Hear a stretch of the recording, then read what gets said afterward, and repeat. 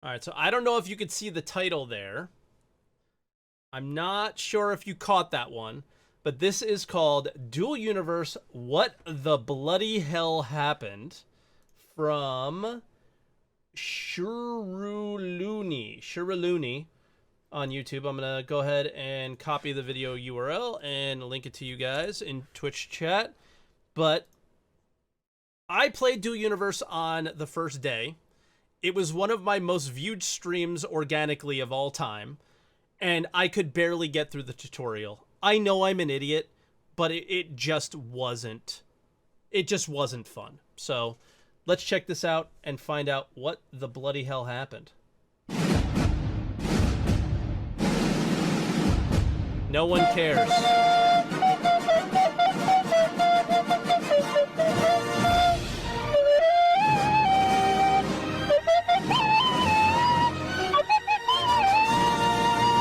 Who asked?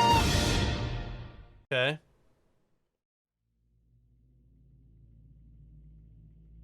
When I backed this game over 5 years ago now, right when Novacork launched their Kickstarter campaign, I did so because I was fascinated about the prospect of having a space game in a persistent universe where you could build and terraform everything. True. Yeah, it was really intriguing. I was very interested in it. In a nutshell, I backed it because the game was promising to fulfill most, if not all, of the missing features of similar games, which were more casual and non-realistic, at least to a degree. Well then, did the game fulfill my expectations? Did it turn out how we all hoped it would? I thought it would fulfill my take this thing, turn it into something else, and build things, or what, like, I mean, that is what Dual Universe is. I think it's a little bit more complicated than that, but using the in-game world to enhance your experience is where, at least in my experience, Star Citizen doesn't succeed, and I thought that Dual Universe really, really would. Stay tuned and find out. All right, but 1 second. I just put some food in the microwave, so I'm actually going to grab that because I'm starving. Okay.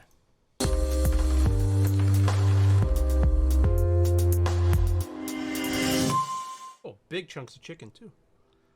Dual Universe, an MMORPG game set in a single-shard persistent universe, promised to be a game which gives you the possibility to actually rebuild a whole civilization, utilizing tools and skills similar to those in real life, by playing as one of millions of players all working together towards that final goal.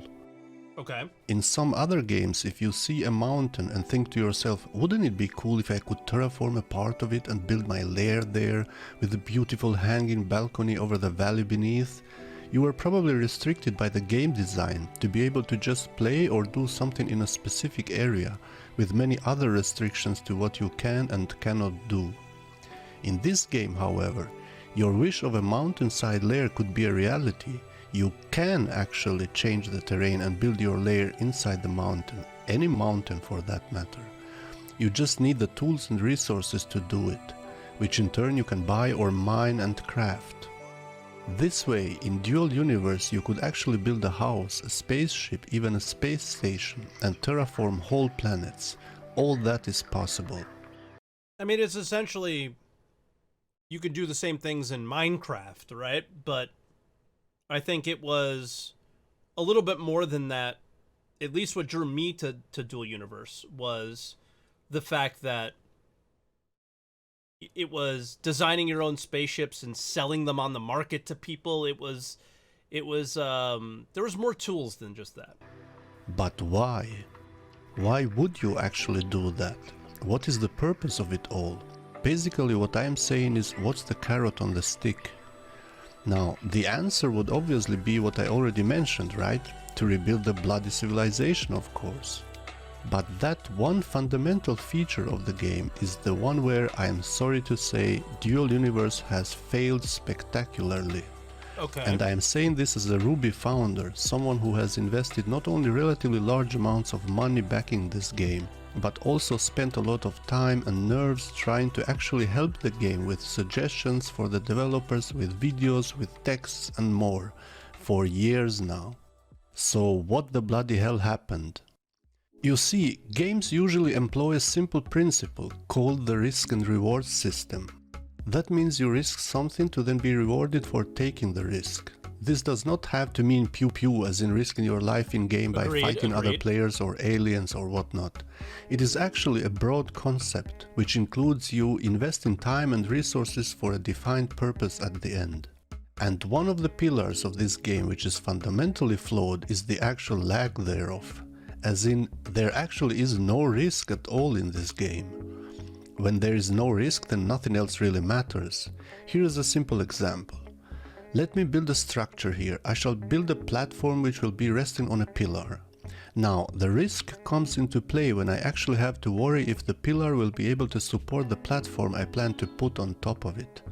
I would have to think about the material of the pillar, the thickness of it, the structural integrity and the soil for the foundation, otherwise I risk the whole thing to fall down and crumble. But lo and behold, I don't actually have to worry about all that. I can simply basically draw this thin pillar here. There you go. And now let me just draw a nice platform as well on top of it. There, nice and shiny. But there's no The physics. irony behind it is that if you actually look at it, see, the pillar is made out of wood, and the bloody platform is made out of iron, and it probably weighs several tons. Now, how on earth can a thin wood pillar support the multi-ton heavy iron platform resting on it? Shouldn't it actually break and crumble? Well, yes it should, but it doesn't. In fact, let me go one step further and do something completely ridiculous. Let me simply remove the wood pillar. Ta-da! See how the platform is simply staying in the air. Who needs pillars, right? Or here, since I was talking about my lair inside the mountain, I would need to shave off this middle part of the mountain. You don't have to worry about building strategies, as in first you need to build some structural support which will hold the mountain above your lair, and then you excavate the terrain in the middle and then build your house there. Now who needs that, right? Let me just delete. I mean, the game, okay, I agree with him in the risk and reward, but I think his expectations of what are possible with video game engines are just insane. This middle part of the mountain. The top will simply levitate there and will not fall down on me. Of course it will. This is utterly stupid, of course.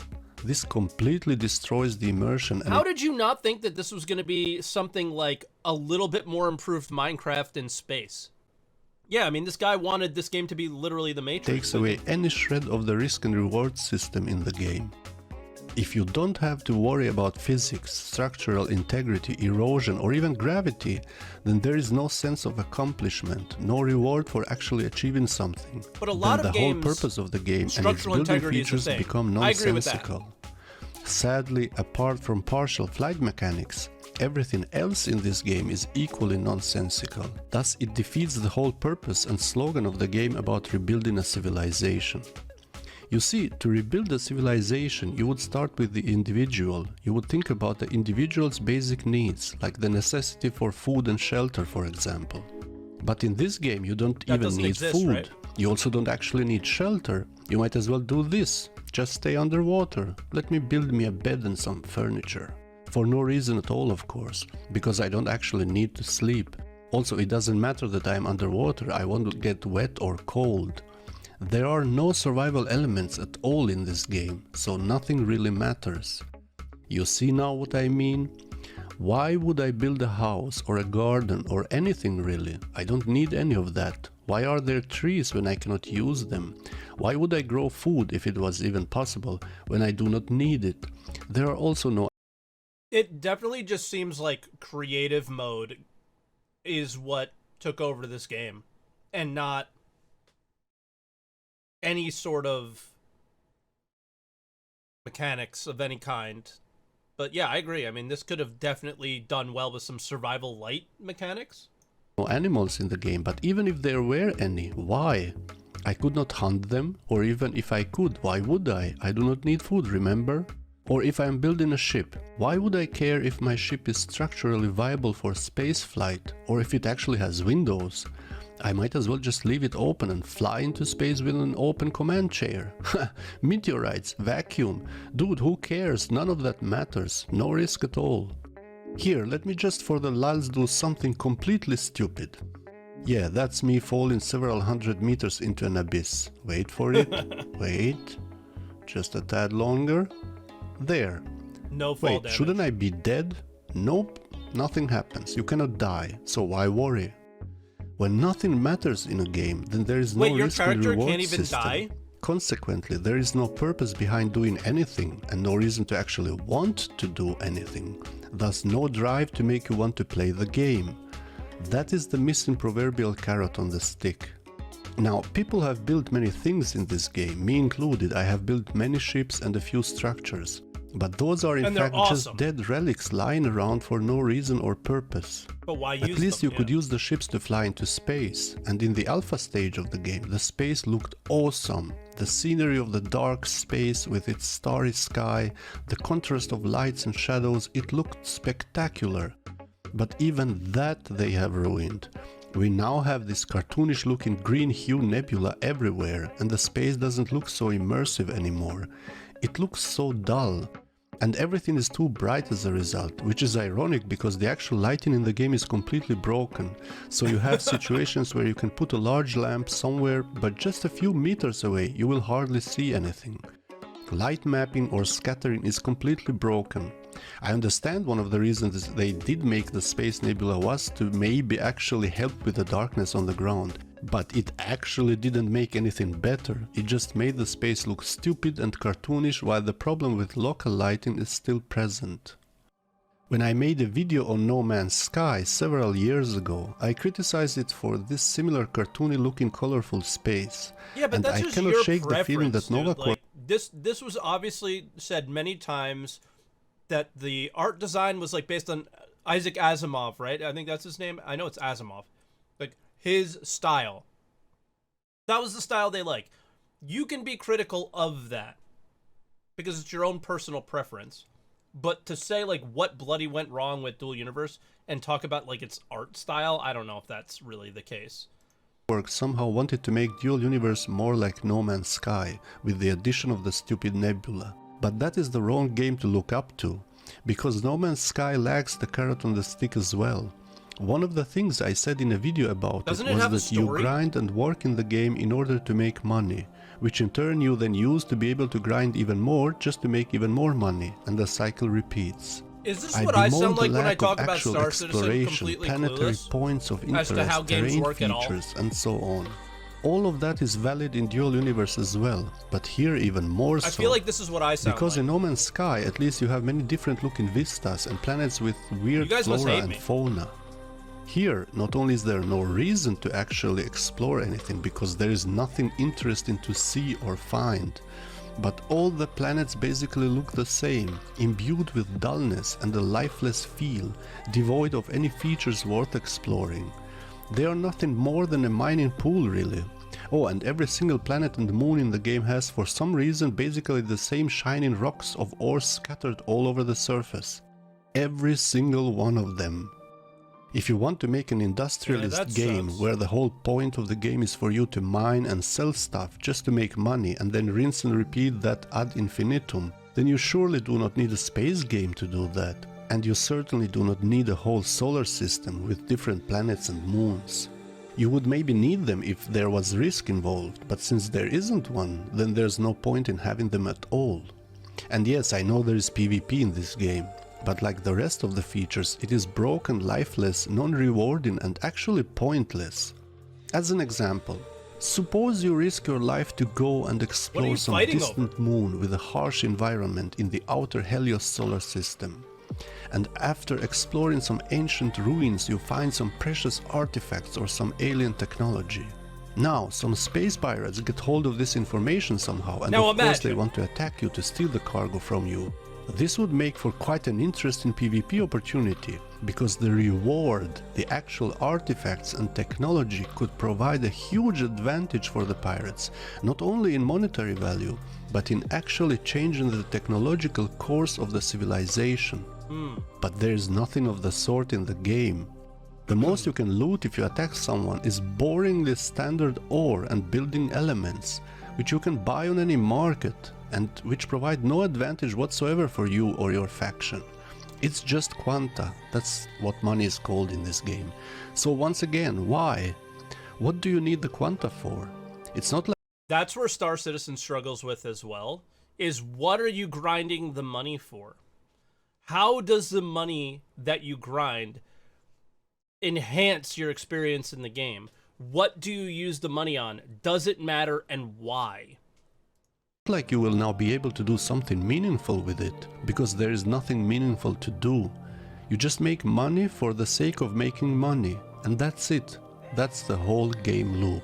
Yep, and that's now, where Star in Citizen another similar really video struggles. of mine, one viewer criticized me how I should not just whine and moan about a game but actually provide constructive feedback.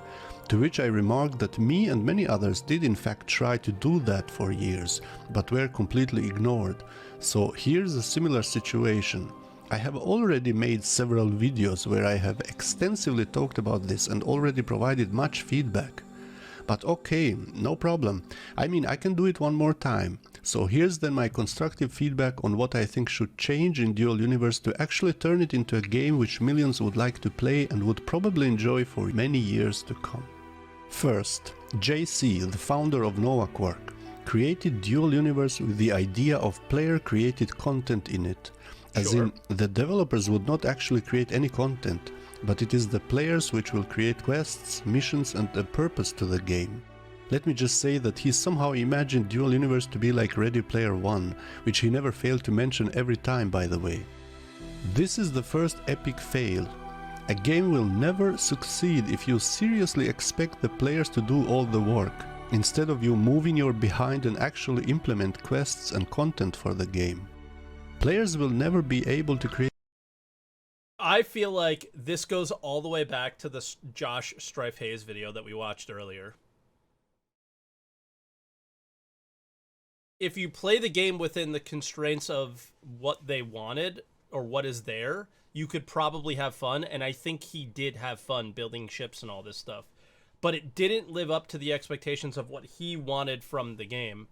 And this is something I suffer with Star Citizen as well, is the straight sandbox experiences, expecting the players to do everything, is super problematic. And it's why Jumptown was so successful, is CIG did the bare minimum and went, hey, by the way, guys, yeah, go over there.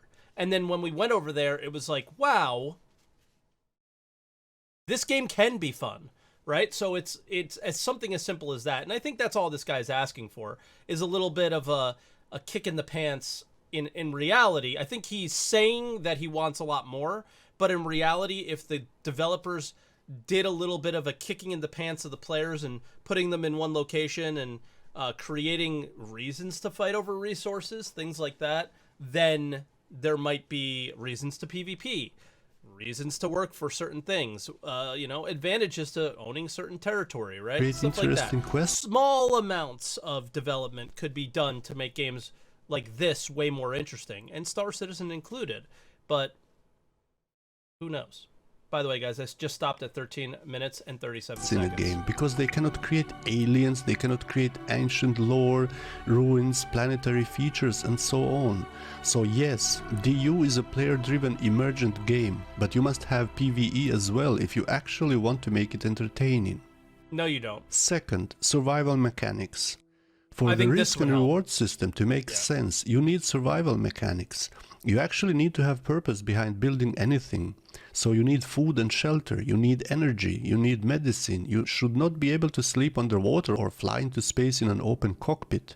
In relation to this then, you need to be able to harvest, you need animals, you need crops and the whole industry behind it.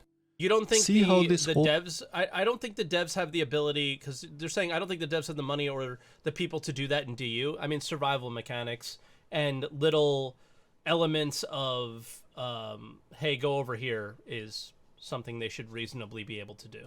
All ties nicely together now, even making specializations meaningful. Because, for example, I would specialize in crops, but I would not specialize in industrial food processing, because it would be too expensive and almost impossible for me to do as a single person. Yes, that is something I always think is cool, which a lot of games are getting away from, and for good reason, I think, as well, is not being able to skill up in everything, and being able to skill up in just a few things.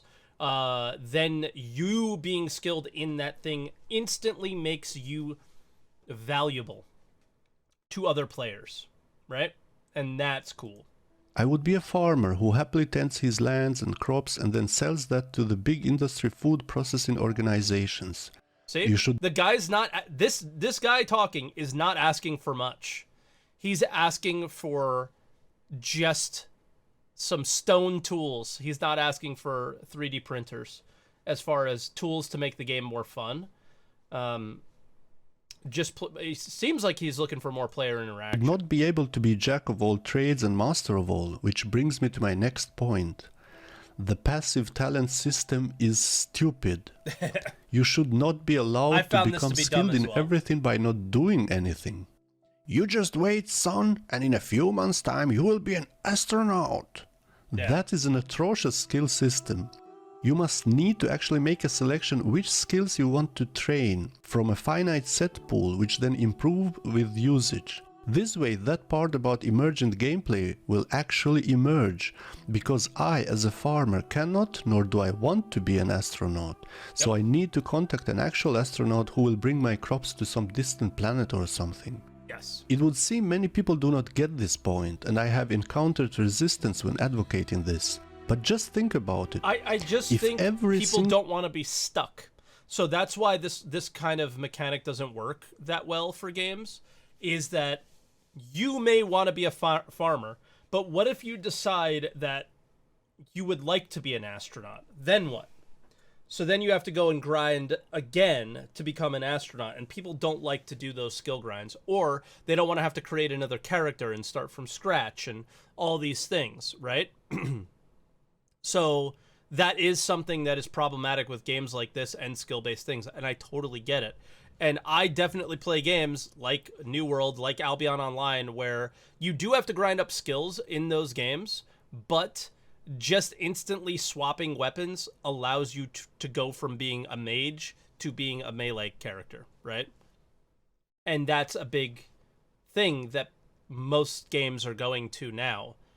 But I also do think that there is merits in skills and being able to choose certain things, because it does make your character useful. And I think the gain that you get from being able to be anybody at any moment, just with the snap of a finger or changing your clothes or something like that in a game, is an advantage. But I think it takes away from the value of your work in a game and the value of your character. But yeah, I think there's arguments on both sides with that one. Single player can be everything at the same time, then no one needs anyone. So you don't actually need other players, and we could just turn this into a single player game and be done with it. And that As it is now, the game becomes lifeless and boring. Trust me on this one. Let's continue. Exploration. Space should be attractive, driving your curiosity to actually explore. Because hey, who knows what could be there on that distant planetary body? I bet there are fantastic vistas, maybe an alien civilization, maybe some cultural antique sites, maybe artifacts to be found, and so on and so on. This is also tied to PvE, which I mentioned, because none of what I just talked about can be simply created by players. It needs to be content created by the actual developers, and the whole lore behind it as well. This makes it appealing, mysterious, and thought-provoking.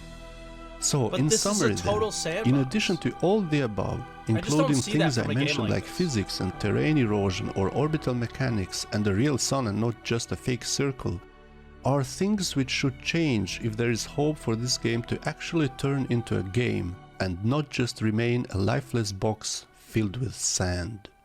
That's the problem, is it's a lifeless box filled with sand. The game companies do need to inject life into games like this. And that is their, in my opinion, that is their job. Like, I forget the company's name that makes Dual Universe, but they spent so much time and money investing in the tech to make Dual Universe a reality. And that's cool, because it's important. But the other important thing is you have to give players water, shovels, a little thing to make sandcastles inside your sandbox, right? You can't just say, here's sand, figure it out. And I think that's where Dual Universe failed for sure. And I think he's kind of on point with that. It's just the tools don't have to be super complicated or super detailed, but there does need to be some tools. And that's just how I feel about it. And I think Star Citizen struggles with this as well, is we have these beautiful planets and these vistas and these clouds and these ships that you could walk around, but there's not much to do with them yet. And that's problematic. So, great video. Again, I'm going to go ahead and link it to you guys. And yeah, I hope you enjoyed it. I thought it was a really good watch. I think he was crying and complaining a little bit, but that is what we do when the game that we love doesn't fulfill what we want.